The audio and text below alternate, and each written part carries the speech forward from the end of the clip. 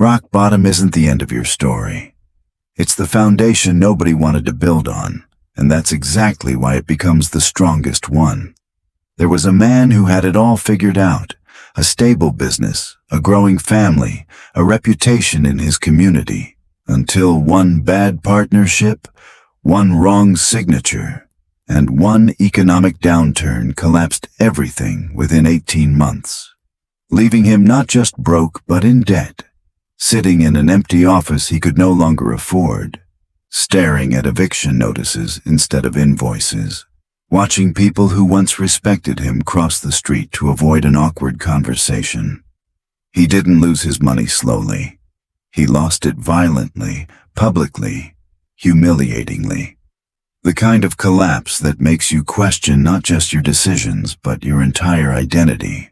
Because when your business was your identity, losing it feels like losing yourself. For months, he barely left his house. Ashamed to answer calls, ashamed to face his own children who kept asking why he seemed so different.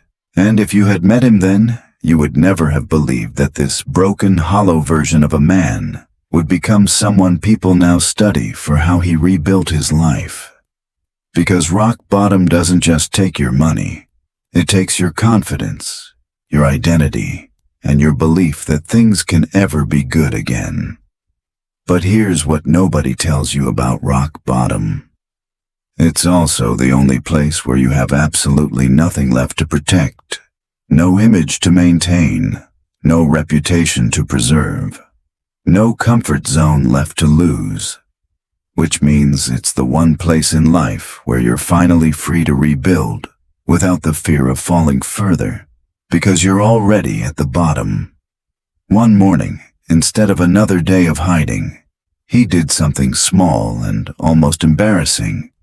He took a delivery job, the kind of job he once would have considered beneath him, and something happened in that moment that changed everything. He stopped protecting his old identity and started building a new one, brick by humiliating brick, understanding that rebuilding never starts with a grand comeback. It starts with a small, ego-crushing first step that most people are too proud to take. He worked that job during the day and studied digital skills at night, teaching himself things he'd ignored for years because his old business never needed them. And slowly, painfully, without any guarantee it would work, he started building something new from absolute zero. No investors, no savings, no safety net. Just relentless, quiet effort that nobody was watching and nobody was applauding. This is the part of every comeback story that gets skipped in the highlight reels. The months, sometimes years, of unglamorous, invisible work that happens before anyone even notices you're rebuilding. The version of the story where you're still failing, still struggling, still doubting yourself. But you keep showing up anyway because the alternative is staying broken forever. And staying broken finally became more unbearable than the fear of trying again. 3 years later, that same man built a new business from the skills he was forced to learn out of desperation. Smaller at first, but built on foundations rock bottom had forced him to construct. Resilience, resourcefulness, and a relationship with failure that most people never develop because they never fall hard enough to need it. This is the comeback mindset. It's not about pretending the fall didn't hurt. It's not about toxic positivity or acting like everything happens for a reason.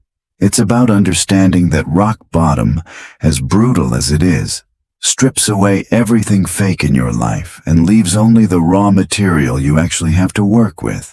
And that raw material is always more than you think. Every person who has ever rebuilt their life from nothing shares this same secret. They didn't wait to feel ready. They didn't wait for their confidence to return before taking action. They took action first and let the confidence catch up later. Because confidence isn't the starting point of a comeback. It's the byproduct of it. If you're at your own rock bottom right now, financially, emotionally, professionally, doesn't matter which, understand that this isn't the deepest insult life could throw at you. It's the clearest invitation you'll ever get to rebuild yourself without the weight of who you used to be. Because the version of you that existed before the fall was never strong enough to survive what's coming next. But the version being forged right now, in this pain, in this humiliation, in this uncertainty, is exactly who you need to become. So stop waiting to feel ready to rebuild. Stop waiting for the shame to fade before you try again. Stop waiting for permission from people who are only watching to see if you'll stay down. Take the small, embarrassing first step today. The one beneath your old identity. The one that doesn't match the picture you used to have of yourself. Because that first unglamorous step is exactly what separates the people who stay broken forever from the people who become unbreakable. Rock bottom isn't your ending. It's the floor life built specifically so you'd have somewhere solid to push off from. And the moment you stop mourning what you lost and start using what you have left, that's the exact moment your comeback silently begins.